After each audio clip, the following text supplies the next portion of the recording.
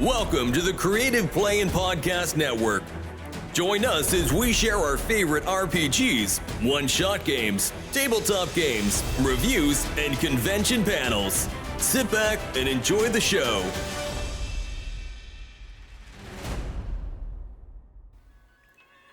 Hi, this is Kelly, aka Trixie from Ragnarok and Roll, assigned to Ragnarok Story, and Tilda Wimblewick from D&D Journey of the 5th Edition.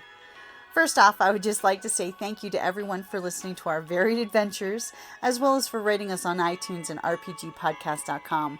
If you haven't rated us yet, we would greatly appreciate it if you could. And if you're looking for more ways to support our efforts, we are now on Patreon, a great site where you can help us continue making more podcasts, as well as some special surprises for our patrons. If you can, please look us up at www.patreon.com/cppn. Every little bit helps. And again, thank you for listening. Okay, so this panel is going to be about basically comic book heroes, modern heroes, and villains, obviously, and going over invisible disabilities, physical disabilities, mental illnesses, and etc. There will, with talking about this, there will be some of the story arcs that we're going to be covering do have references to sexual assault in them, especially when we're talking about Barbara Gordon and her storyline from The Killing Joke. So I just wanted to make sure that we're upfront telling that is a thing that is going to be we're not going to be talking about explicitly, but it's something that upfront that I want that it has to be mentioned trigger because warning. As a trigger warning. Yes. Yeah. And I'm the commentary. You're not the commentary. I mean, you two have done most of the research. You have a lot of knowledge. I'm just a nerd with encyclopedic knowledge on Oh things. no! As soon as we were talking about because he was supposed to just be like assistant on this and go and like make sure everything was working, and we started talking about the panel and preparing for it, and then suddenly he starts feeling like so much about disabilities. And with each character, because you grew up with cartoons. I grew up with a lot of like the X-Men cartoons. I've loved superheroes for my entire life, and I've watched almost every animated thing I could possibly get my hands on. And then I found graphic novels in my 20s, and then I continue watching any animated thing I get my hands on. And now I also read as many graphic novels as I get my hands on. And I am ADHD, so I read things and they stay in the brain forever, and I don't know how to get them out. So when he was like going on that ADHD, I am super excited and obsessive, like talking about it. I was like, "You realize you're on the panel now, right?" I go, and he's like, and he kind of laughed it off just a little bit, and then goes on again, and I was like, "No, you're on the panel now." About the third superhero we were talking about is when I was like, "Oh yeah, and I'm probably going." Yeah, we were just like, This is probably a good thing. Although I did add a villain to the list, yes, which I feel accomplished for. But yeah, I'm just the peanut gallery today, guys. I'm so excited. And then also one thing I want to also adjust when we're talking about disabilities with superheroes, other than some of the things, it can get to be a really sticky wicket sometimes because depending on the era we're talking about, it depends on the society's view on disability. So we either get things that are very ableist, but in a way of, isn't this great? And especially through the 70s, 80s, and 90s, you can see it getting better, but it is very that. Or you get things that are a little bit more modern that are very much, this person's awesome. And look how awesome they are. And it's very celebratory. literally 2 examples popped in my head just now while you're saying that. Alright, shall we get... Yeah. Where shall we start? I don't know where we shall start. Okay, so do you want to do mental illnesses, physical disabilities, or hidden disabilities? Let's start with physical disabilities. Okay. I think we can start with the ones that we see the most at the moment. Mm-hmm. So people like Iron Man, who has a heart condition, and he very much, in a way, and of course I'm going to talk about Iron Man because he's absolutely my favorite, and there's more than just physical going on there. However, specifically for, you know, the man having a shard almost going into his heart and almost dying, no matter pretty much his scenario, or not having a heart at all, depending on the depiction. He go through a lot and is in a lot of pain, and it doesn't actually show it. It's shown in a way in the Marvel cinematic universe, in the sense that it how do I phrase this? Sorry guys, early morning brain. It shows in a sense that it doesn't make Iron Man all about the disability. You see him as like, you know, arrogant, cocky, but also like the kind of like the not the huge hero, but the what is that? The hero that also is like not hero-y. Anti-hero? Anti-hero. A little bit anti-hero-y, more on the hero side, but in my opinion. But also depicts like certain subtle cues that does show that there are struggles there. Okay, that's mine. That was my favorite one. I think I think their presentation of that is very balanced, in that it doesn't make it all about the disability that he has, but he does have to adapt and then move forward from there. It's one thing I don't like how the MCU does it, and I'm not as versed in Iron Man in the animated or comics. I love that they have it, I love that they show it, but it's also very much depicted as something he needs to cure.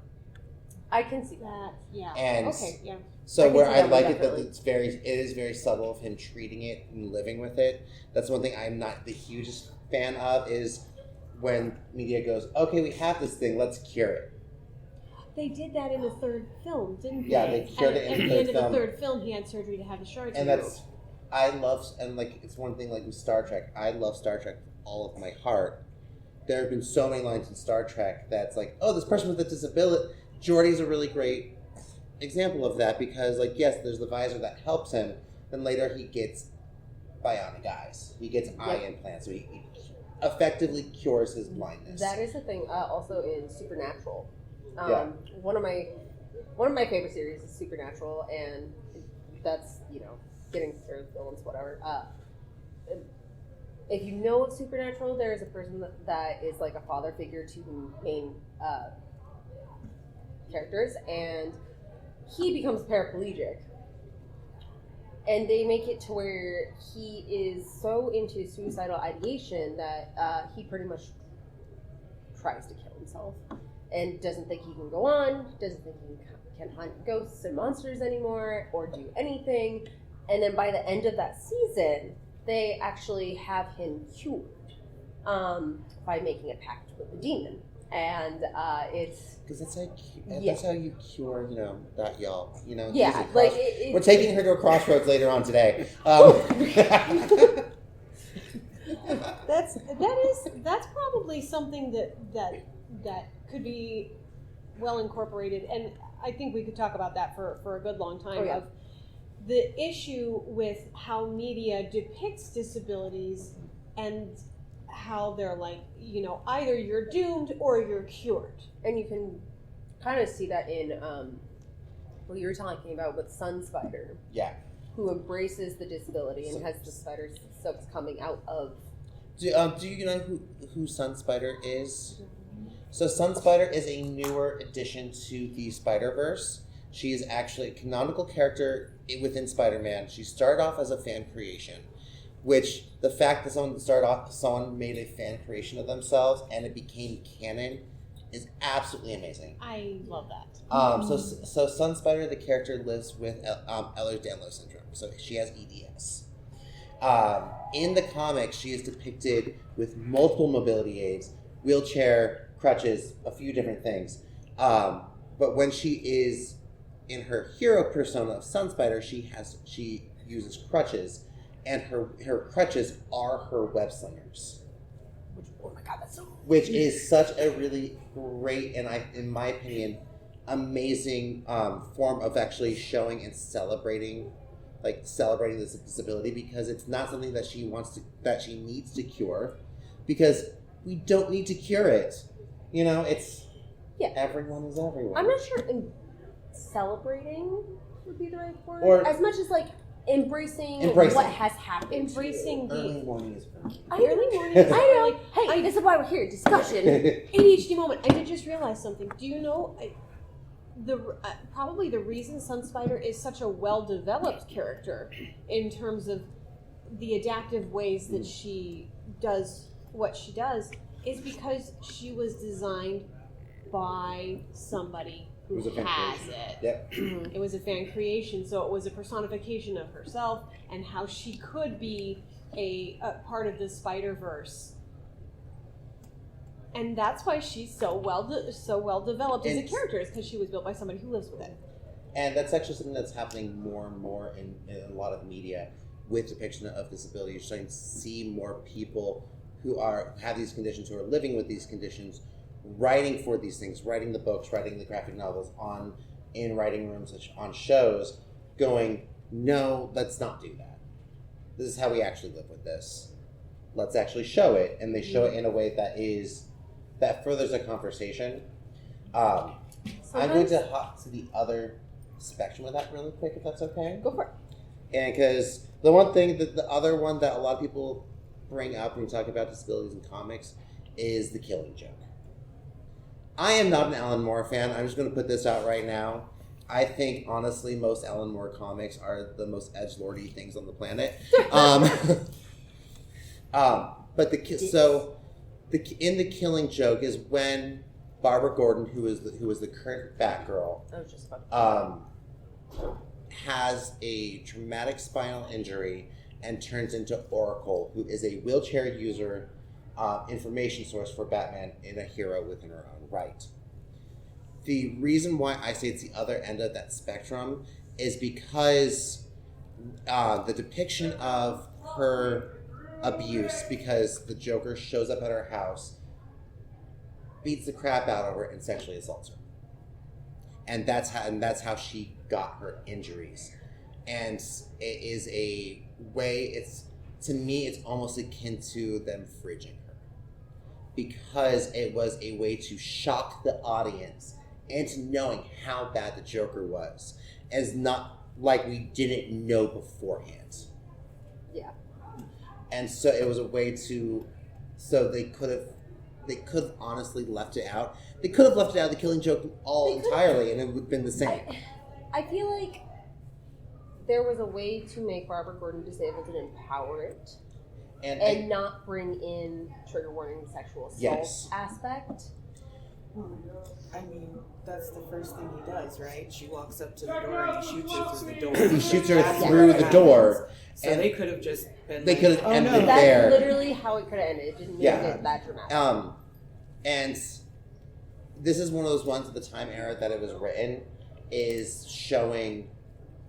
that kind of in that weird gray area of showing, hey, this person's overcoming and they're empowered by this and they're taking their power back, which is really great in a way, but it's also very, you can tell that so right now a lot of media, there's sensitivity consultants. There are consultants to show about like cultural sensitivities and like how to show disability in media, things like that. Better representation. Yep. 20, 30, 40 years ago, y'all, that was not a thing. No.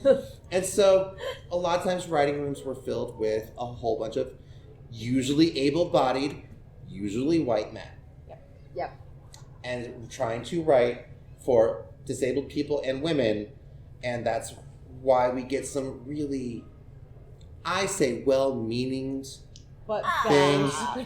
But okay. Sometimes It they're not depends. thinking about I that. also They just think- want to think about the story. I think it also depends on the writer as well, because some of that they're trying to target a specific audience, and so like we were talking about earlier, the chess thing for the feminization and stuff, like, which is a different subject in general. I had to inform her about the origins of Power Girl.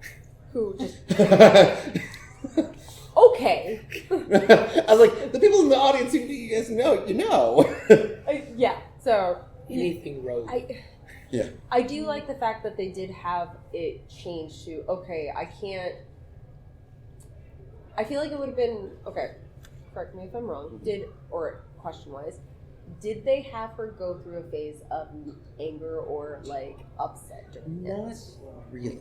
Okay, so that is the problem, I would say, also there, because when you have such a big life change from like going from, and it is hard to depict in just like short form, but when you go through such a big life change, you definitely go through a phase of either anger, depression, upset, because your entire, like, for her, she had this cool thing where she could walk and help people physically and like go about and save people, and she can still do that, but there definitely probably was not enough of a transition phase to when she became the Oracle. And that actually brings me up to kind of sort of, again, the opposite spectrum, Xavier from X-Men, who his powers are so strong, if he gives them up, he can walk. If he has them, he's in a wheelchair because his legs don't work. And that, I don't really agree with that vibe as much, because I think there's like a separation that you can have. There's a separation you can have, and it becomes I think what they did was they used it as a character crutch. I have to sacrifice this in order to help people this way. And that's the thing, like, disabilities aren't sacrifice. Buying. Sorry, we're interrupting real quick. Sorry. My apologies. Goodbyes are important. Oh, no, Not come gonna here. interrupt you too much. No, come here. Goodbyes have already been interrupted. It's fine. You guys behave. Get home safely. Behave. Sure. Be in touch. That was a great fighter show last I almost night. hugged you. Yay. Oh wait, I'm going home again. Oh, never mind. Enjoy the rest of the panel, guys. They're amazing. It was a great fighter show. I'm sorry, what? That was a great fighter show last night. I'll see you when I get back to Pennsylvania. Yay! Well, I don't know about that. You know what I mean? Yes. Hey, if you can, tell me when you guys get home. Okay. We'll shoot you a message. Cool. Thank you. Bye, guys. So to help us get back on rails, Back to Xavier. back to let's finish up with Xavier and then go to invisible disability. Yeah, I think I actually have a question about somebody with a physical disability. go for it. War Machine from the MCU. Oh. He falls and there's nothing to do, and then like he does have that period of I can't handle this. I am angry. I cannot do what I can like do, modern- and they just That's modern MCU. I think does do a little bit of a better job with They that do because a better job. even with Iron Man, there was Making a the panic suit. moment and making the suit for Stark. So that it does show like modern depictions are better I think so. because we realize that our audiences are diverse. And a lot of people watch movies, and a lot of people read comics, and now we have people going through grief periods, which is awesome. Yeah, which is absolutely fantastic. And I think you touched on it before, is sensitivity consultants. And I think that's done a lot for media in general. And they're starting to understand that their crowds are not just cis white men. I mean, that's a very big crowd, and that's great. But you have so many others who will go above and beyond to consume that media if they feel that it is properly represented. If they can connect with a character who's marginalized in any way, be it your background, culture, your race, your disabilities, you're going to go the extra mile to go see it and support it. So they're like, oh, we can have a really solid fan base if we just Do the properly thing. represent. Do the thing. Do the thing. Let's just do the thing. I am of the opinion that it is okay to have what audience that you want, in the sense that you can target cis white males because they have a preference, but it's also incredibly important to involve other cultures and disabilities and everything. The problem is the fact that it was only white cis males for so long. We're getting beyond That's that. why it's so important to try to bring in and make everything be equitable. I do think, and I will only touch on it briefly because it doesn't really pertain to what we're talking about.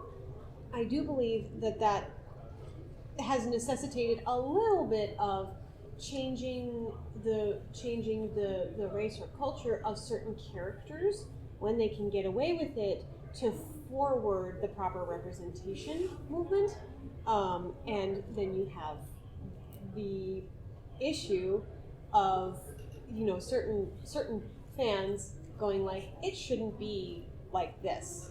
Yeah. That character wasn't like that before. So Sure. what? It's fictional. I'm gonna do a small tidbit there. She will see me rant when a disability comes up and it's not represented correctly. Yes. I'm like, I know what this is like. Yes. How dare you? Stop it. Yes. Okay, we are gonna now switch. We're unless switching you have to- another I have comment. one more just to briefly touch on if we're going also modern movies.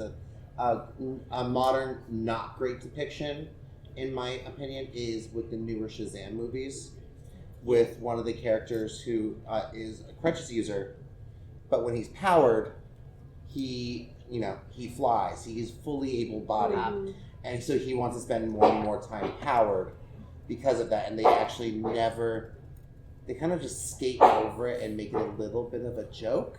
Oh no. And they never, in a weird way, That kid was so cool in the first movie. in the first movie we had. They did a great job. And then in the second movie, it's like, why did you do that? Yeah. You know what I would think would be actually cool in that sense?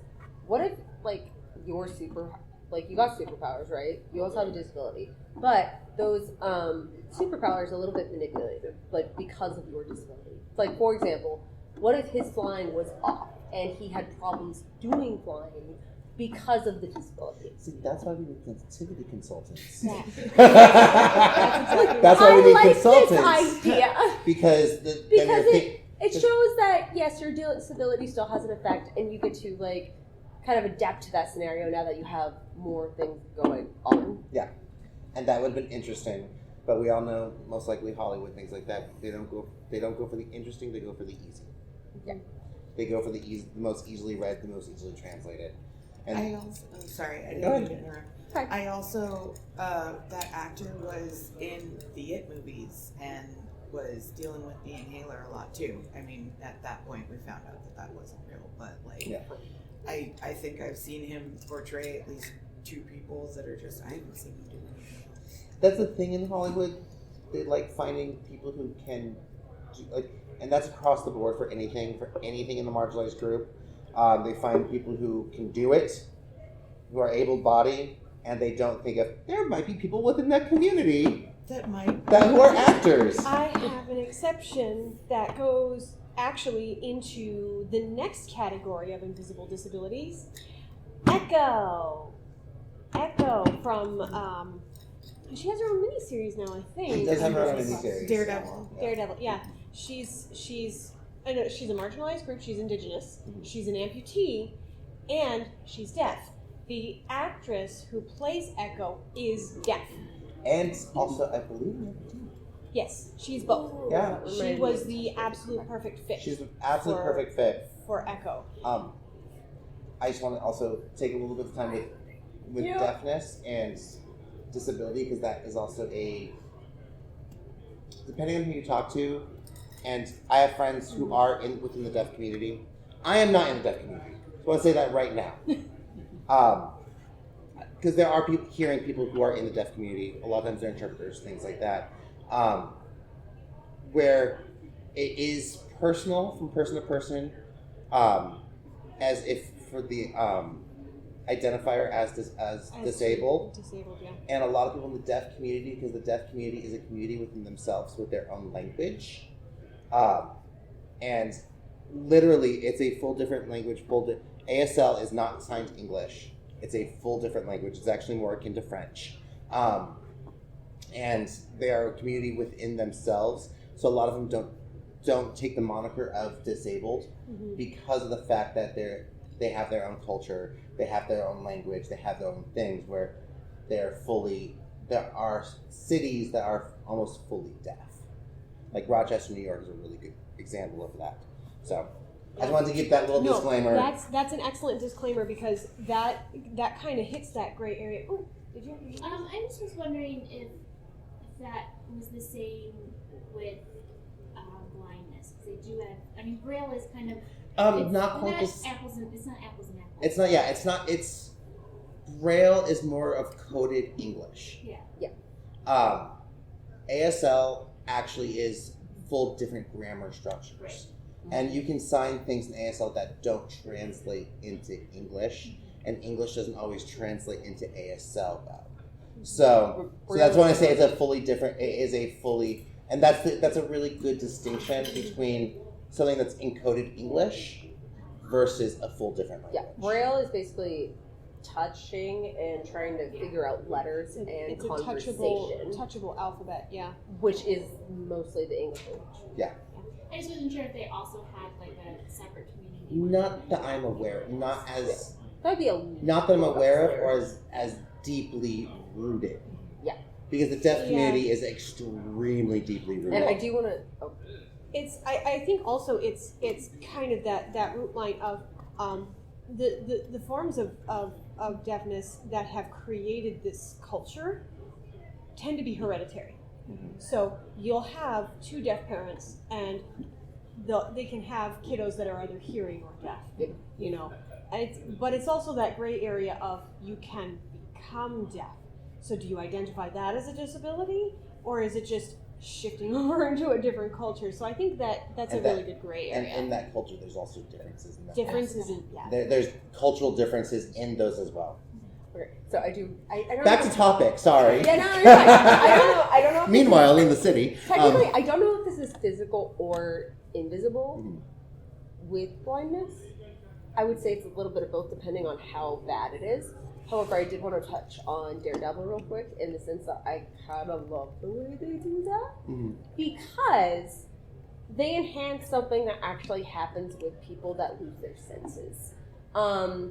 For example, I don't feel most of my body, and I have hypersensitivity in my right arm, and the places I can feel.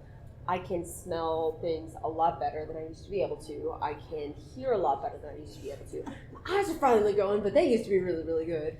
However, like when you lose one of your senses, your body adapts to it and starts trying to actually biologically make it to where you can be more survivable. And I know with blind people who have like talked and I've seen interviews, they actually have the same thing. What they do in Daredevil is they enhance that to the point of like chaos, which I kind of enjoy. Yeah. But that's just my personal opinion. And there is proof that it is possible. There is a gentleman who figured out how to basically make his own sonar. He clicks in his mouth, and he took the time to figure out, okay, how long does it take for that click to echo back to me? And he can ride a bike.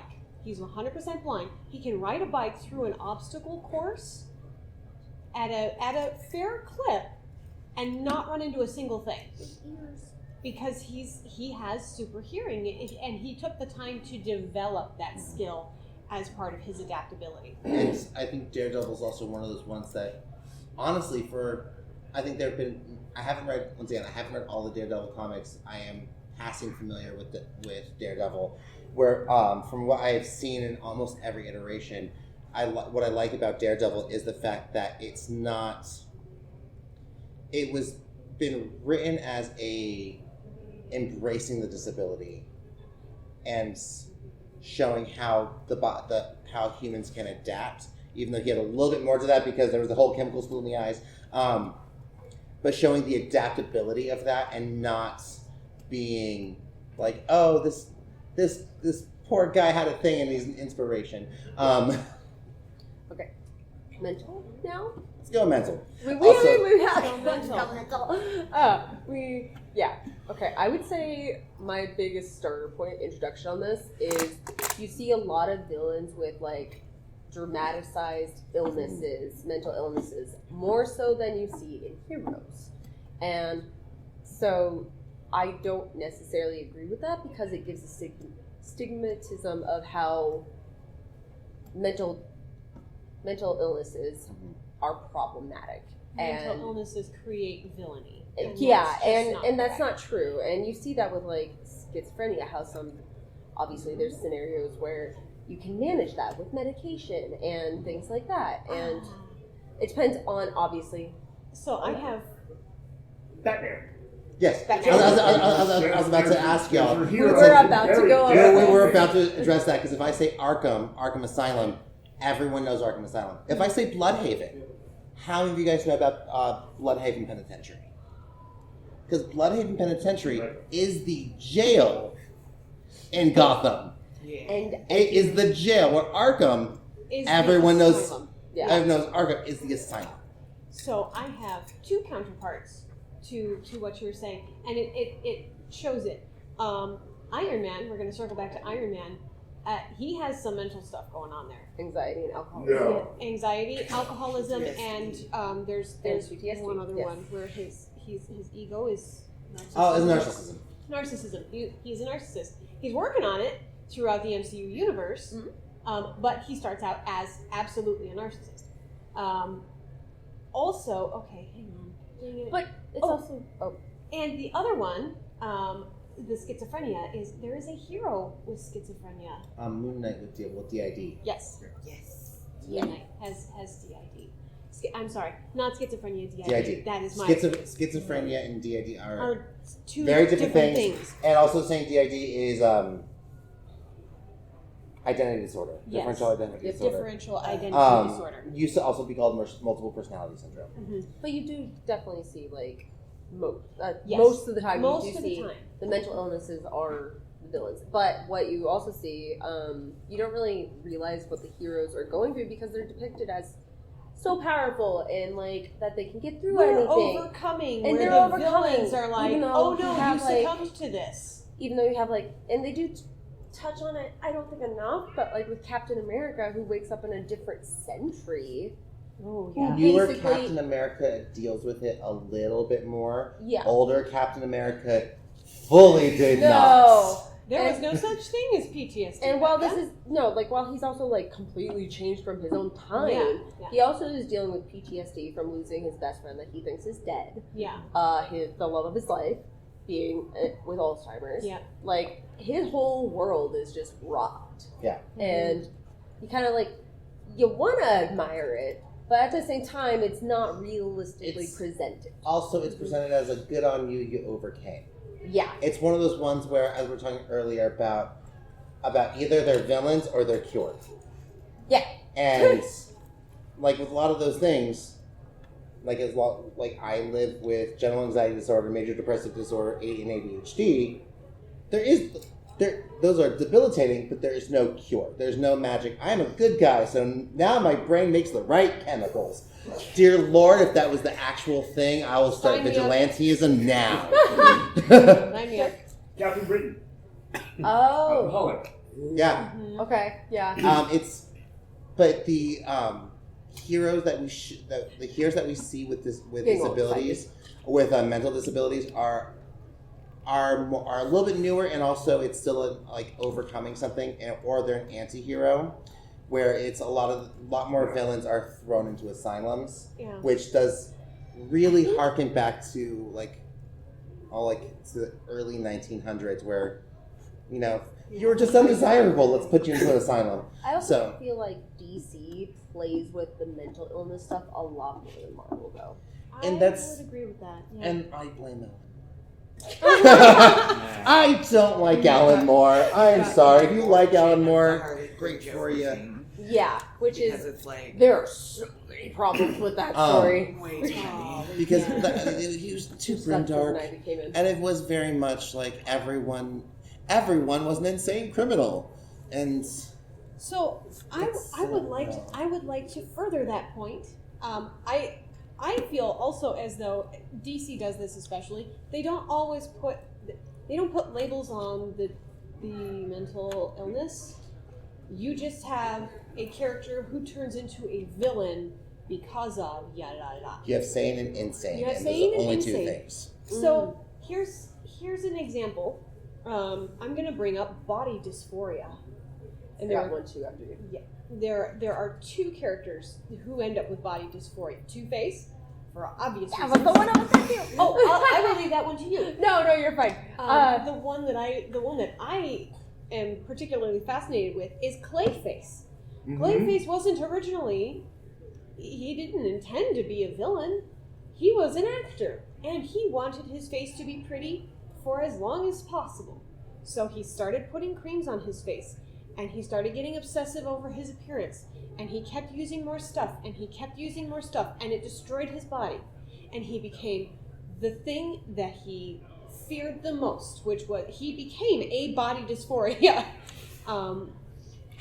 And that body dysphoria, it led him to that. And we can see that now because it's talked about more now, but it was never addressed in the series specifically that I'm thinking of is the 90s cartoon Batman. Mm-hmm. I grew up on that, you know, and they kept it good and dark.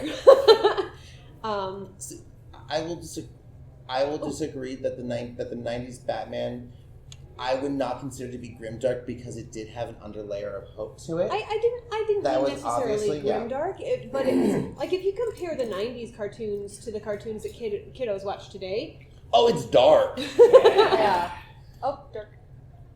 I'm gonna get the name wrong. V. V is for, yeah. The Oh, For the Vendetta. Superhero Yeah. University. V. No, the Superhero University. Okay. I'm not familiar with that. Homelander. Oh. Okay, the boys. Right, the boys universe. Oh, but it's the man. university where they send the kids The who spin-off. have the ability. Yeah. And some of them are perfectly nice, lovely young people. And then there's just the psychos. I'm not gonna lie, I actually like the boys because of the whole like heroes aren't actually heroes in that I sense. like how they did that. I It was couldn't a watch the very show. Weird Oh, no. experience, Um, but I overall liked it. Like there's So some parts. I read like the first graphic novel of The Boys, and it was very off-putting to me.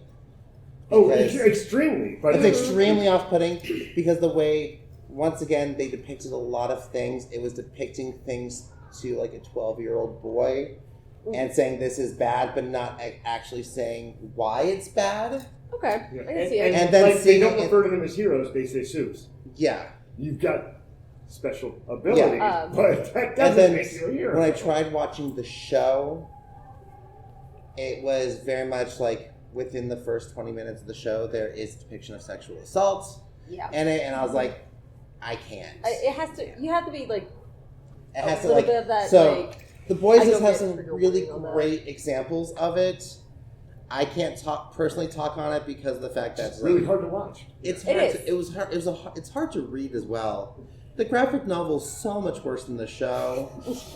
Wow. I do not recommend. To be like as offensive as possible. It I was think designed so. to be as offensive as possible. It was.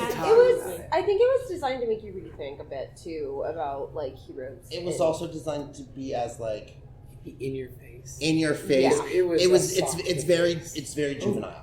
Yeah. It's very juvenile about how in your face it is. Doom Patrol. Doom Patrol's a really good one. A good one too with the show with I forget his name, the robot. Brendan Fraser. Brendan Fraser's character, because of the fact that like that's how he's dealing with his disability and dealing with chronic pain. I was also going to bring up Deadpool with chronic pain. Yeah. Because one of the things about Deadpool is before he signed up to get his regenerative powers because he had cancer. And now he has. And because of he got regenerative powers, everything in him regenerates, including the cancer. And so Deadpool is one of those people who live in constant pain. He is in constant chronic pain, and that's actually a thing that informs his character a lot and informs the humor. Yep. I got two examples. One backwards, one forwards. I'll start with, compared to you, Wolverine. Mm-hmm. Not depicted well, but definitely has chronic pain. Yeah. Because of every injury, having to deal with that metal and having metal just inside you. Yeah. Definitely is going to mess with your body. It's going to really mess things up. And they show him as a very, very strong character that can, like, you know, overcome anything, but, like, also sometimes they do show how much pain he does get into when he gets really messed up. Yeah. the other person I was going to say for her example to go off of from hero to villain, Mobius. He set out first to try to help a blood disorder, and then became a villain because he screwed up trying to help people. I mean, also within the comics, there I would put Mobius in the whole like mad scientist tries to cure a thing and ends up bad. Yeah. Because there's Mobius, and then there's the Lizard from Spider-Man, who is like, I want my arm back. Oh, and you can do that with an example for that is Doctor Strange. Yeah. I hate Doctor Strange because of the way they depicted it. I'm gonna get magic just so I can cure my hands. Yeah. I was mad about that scenario. I could not get into it. I mean, and that's always been Doctor Strange. That's always been. And in the movies and whatever, and the new, once again, newer media actually starts. They did a better job. They're starting to portray it as a negative thing and as a character. Starting to portray it as a character flaw. Oh, it's fine, but not with Doctor Strange. When I watched the first movie, this person goes to every single possibility to cure his hands until he finds magic. Yeah. And yes, I know technically, like, I know a lot of people like Doctor Strange and like the way that works, but I'm just, I think I get triggered by it. Sorry. I think I get triggered by it because of my own paralysis, and that's just a personal scenario.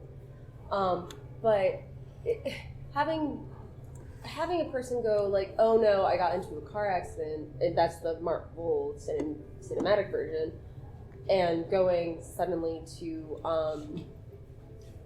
being like, oh hey, I obviously need to cure everything because of what I do, again, is horribly unrealistic for me. Yes. Okay. I am relatively, I only know superheroes for TV. I've not read any of the comics. Oh, that's fine. And I really only watched them once or twice. But when Doctor Strange, did he heal his hands in the end? No, they're still damaged. They're still damaged. The magic itself makes it to where he doesn't have the twitching when he is performing. And it's like in the comics, in the movies, he's still no longer a gifted.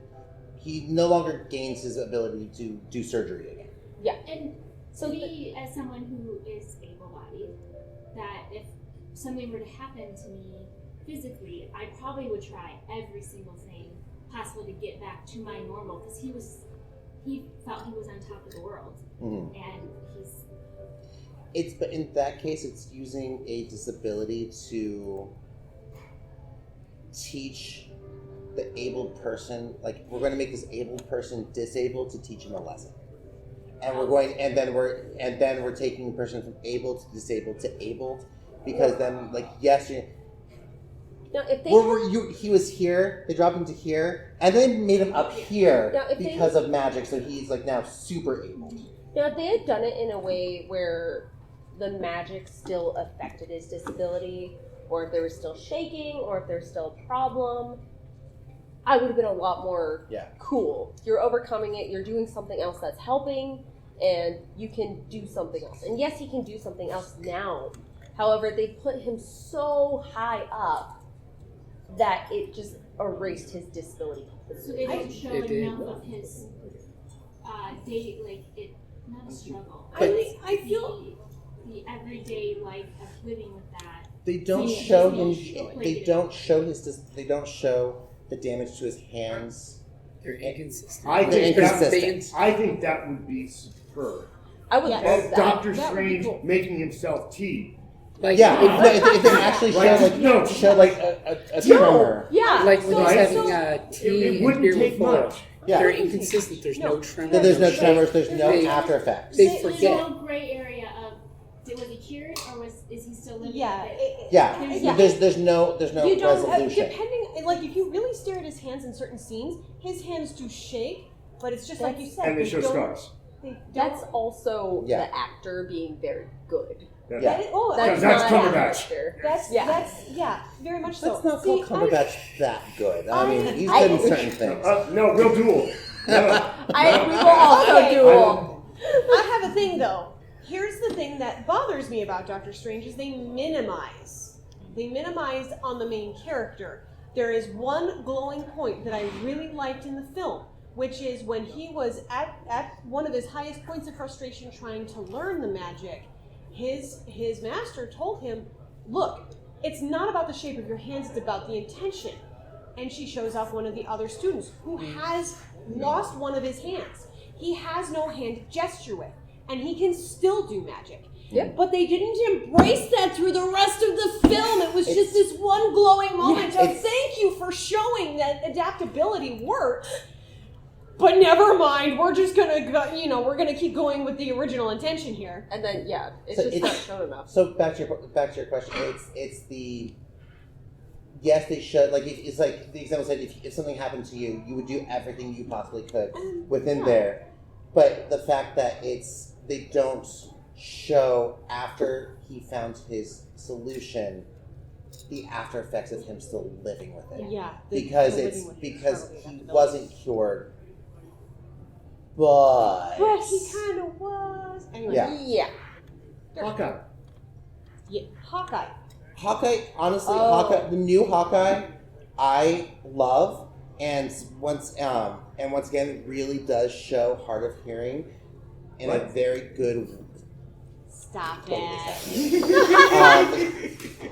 Does show hard of someone losing their hearing in actually a really nice light of actually taking the active time to learn another language to help them survive in the world, and also and things and everything of that nature, and they also do, and this is specifically the newest run of Hawkeye, because that is the one where he's actually shown as hard of hearing with this disability, and showing him learning and showing him dealing with it on an ongoing basis. Is this comic or cinematic? This is comic. Okay. Oh, it's a little. No, it was in the comics. The bomb went off, and he did. Yeah, in the in the cinematic, it's the most background microscopic thing. It's like Disney saying they have a gay character in something. Representation. So what about Echo? We mentioned did did talk about Echo. I do have a fun thing to say about Echo, which is And we absolutely love her. they depicted such as she is very much a deaf character running through a hearing world, and one of the only people that she has any contact with that has an interpreter with him to speak with Echo is Kingpin. Yep. The villain is one of the only ones who adapts around to properly communicate. Here, let me tell you Also- what I'm going to screw up. Also, the TV show Echo Her family. also correctly Yeah. shows people how also to use an interpreter.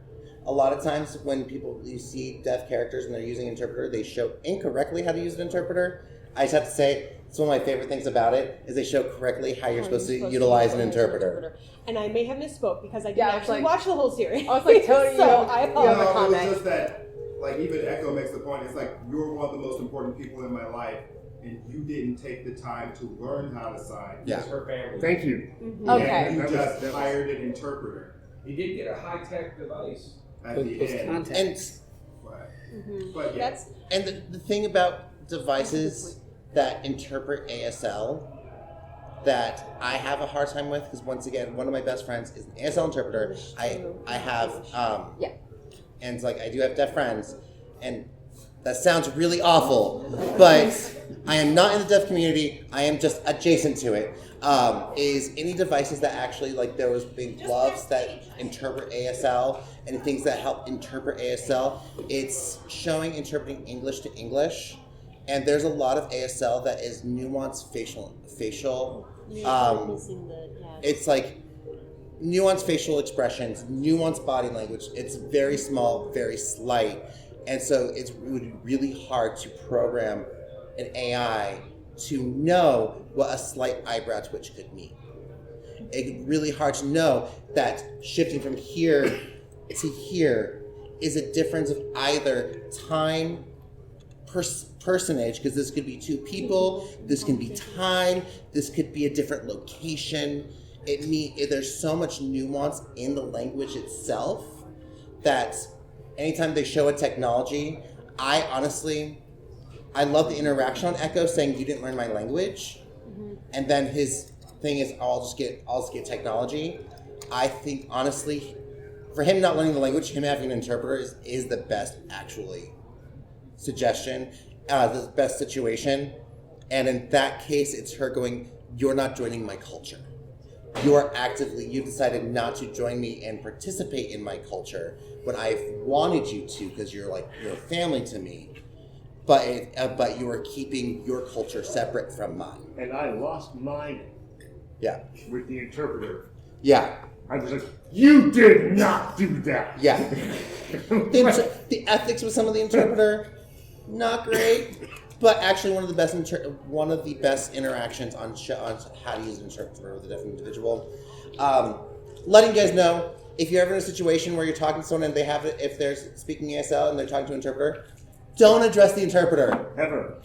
Do not address the interpreter. Address the person. That's what the interpreter is for. They're there as a mobility. Like, the best thing would be like if I went to Sterling and started talking to her wheelchair.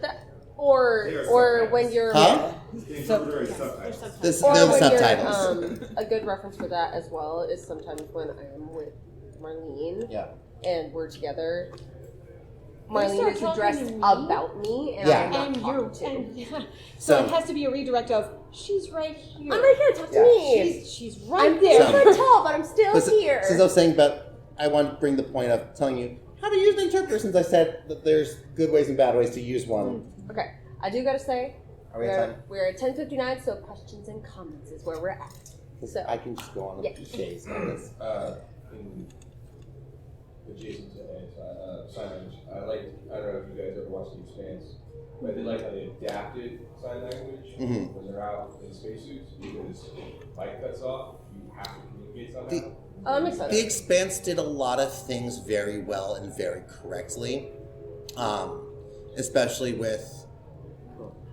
I love language, and I can go off on a whole nother thing. I'm not going to, but if you ever want to know how much I will geek out about the linguistics about The Expanse, we can talk later. The 14 different languages they use to make a Belter language. Yes, it's so good. All right. There's so many good things about it.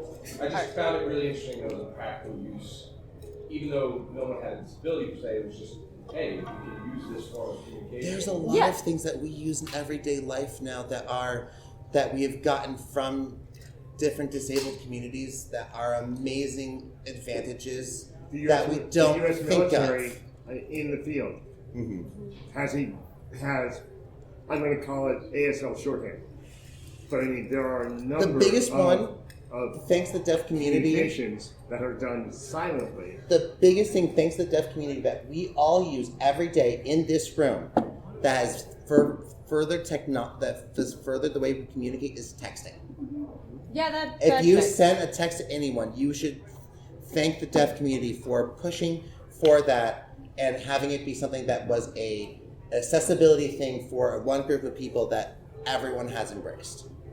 I mean, that's like subtitles on TV. I mean, if, Subtitles on as TV. a society, if you adapt to people with disabilities, it only improves people who are able to things have better. It And benefits everybody. So there are ways to make subtitles more accessible as well. Cards. We got cards for you guys real quick. Too, while we're talking. Accessibility in YouTube videos, for instance, people will often just automatically do subtitles. They'll have it auto-generate.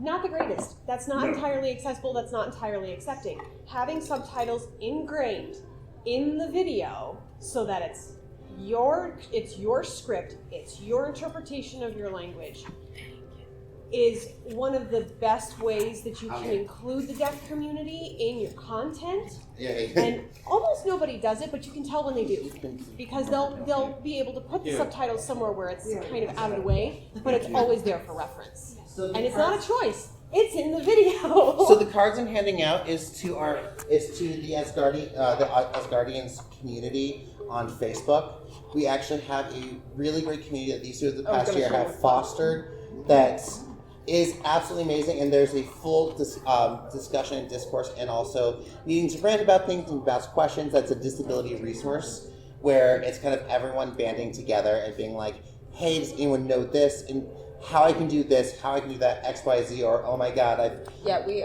specifically, I'll go into a little more detail. We have workshop chats, so if you're working on any maker projects, you can post there. If you want to give advice to people who are working on stuff, you can post there. We have the Boiler Room chat, which is just hang out. That's just the chat of being, hey, we're all nerds, Hey. and I had this cool thought in my Hey, how head, you and I doing? wanted to tell y'all. Do penguins have fluffy feet? I don't know. Like, you can write whatever you want in that one. We have Critter Corner, so you can share your fluffy animals. The most important one, though, and it relates to this panel, is our Disability Resources chat. And that's where you can discuss if you have anything that you need or have any advice that you see. You can come and talk there, and everybody's very welcoming to talk about mental illness, invisible disabilities, physical disabilities. It is all a assortment. safe space, so if you have a question about a disability and you think it's dumb, ask us. Yeah, Because either that's, somebody in the community is going to have an answer, or we'll find it for you. Oh yeah, that is one of those. some of the nicest people on the planet, honestly. That chat room is definitely started from Cincinnati last year because they wanted the conversation to keep going, and so it can be any subject. If you want to talk more about heroes and disabilities, go to that chat room and talk about it. We're all for that. We love it. So it's on Facebook called the Asgardians. Join the chaos. Join the chaos. But does anybody have any other comments? Any last comments, questions? Cool. Thanks for sharing this conversation Thank with you. us. Yes. It was Thank so you for fun. coming so much. Really fun. And I'm in this room next. I have to go to another panel. That's good planning. Thank you for listening to the Creative Play and Podcast Network. If you enjoyed our show, please check out D&D Journey of the 5th Edition and Ragnarok Enroll a Scion Hero to Ragnarok Story. Also, check out our Patreon page for more content and behind-the-scenes things, as well as joining us for a one-shot game or two.